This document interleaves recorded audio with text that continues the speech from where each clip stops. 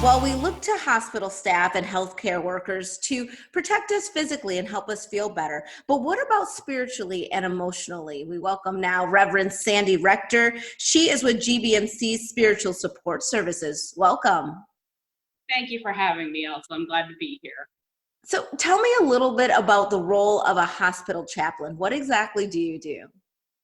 Well, as a chaplain, my primary call is to come alongside patients and families. Chaplains provide religious support, sacramental support, prayer, things that are specific to somebody's religious tradition. But we're also there for people who are not religious, who might consider themselves more spiritual. And I think we're all spiritual in some ways, asking questions about what gives my life meaning and value. So we engage in conversations with people who are not necessarily religious, but more spiritual. And we're there just to offer encouragement, to help people process the anxiety that they're experiencing being hospitalized. It's a time of great vulnerability for a lot of people. So we do that for the patients and families, but also for the staff. That's what I was going to ask you, because I imagine that anxiety is heightened right now in the middle of this pandemic. How has COVID-19 changed your role, or what more are you doing right now that maybe you weren't doing before this pandemic hit?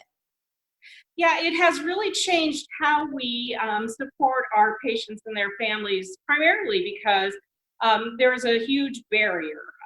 We have face shields that we have to use, we have face masks that we have to have on. It kind of muffles our conversations with our patients.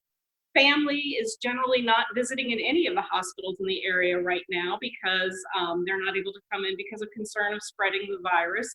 So we're having to call people.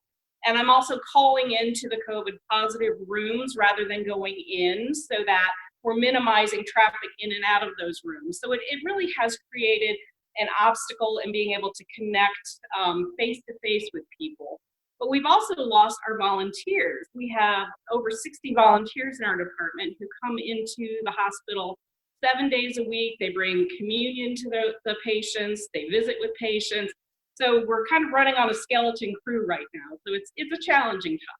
It's challenging, but you're still getting the work done. And I feel like even now that work and that ministry has broadened, because I'm thinking about all the healthcare workers that are actually at the hospital staff. How are you helping them navigate this time?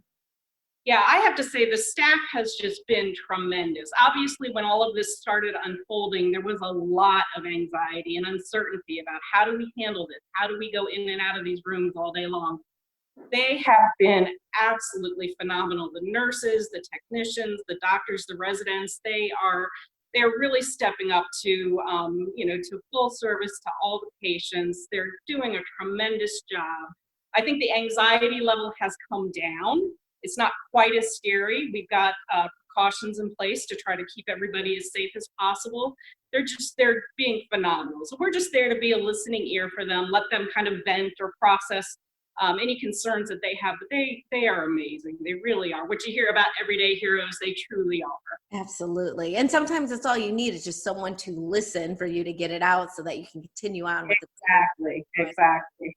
So I want to end with you, but I want to also ask, how do you have any tips just for the layperson about how to navigate this time spiritually, emotionally, and if you could leave us with a good word as well, that would be helpful. Yeah. Well, I actually had a sermon in the church that I worship in a few weeks ago. Reverend Stephanie preached about how we have our life story and how we can be victims, we can be heroes, or we can be learners.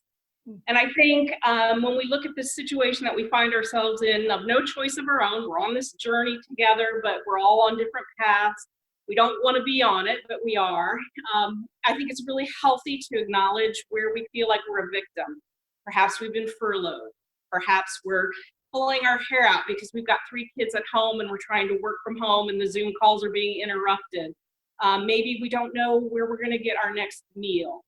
Loss of income. All these things are very important to acknowledge, but if we only focus on kind of the victim side of where we are, I think it creates a very unhealthy environment and can create a downward spiral. So I want to encourage people to tackle the bad things one thing at a time, break them down into a daily task of how do I address it? How do I get help? How do I get support?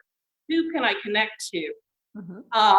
Then when we look at heroes, how can we take control in the midst of this situation? What can we do to kind of conquer what we're facing together? So create a sacred space in your home. If you have a little corner somewhere that you can just sit maybe 5 minutes, breathe deep, maybe use an app on your phone for guided meditation, spend time in prayer, do something that's healthy for you. Go out for a walk, make sure you have your mask with you just in case you encounter Absolutely. people. And the last Um, part about learning. the learning is, I think one of the things to keep in mind is just to always say, what can I do to be better when I come out of this? When we get through this, when we get to the other side, how can we be better for having been on this journey? Thank you so much for being with us. Really appreciate it. And we'll be right back with more Midday Maryland right after this. Stay tuned.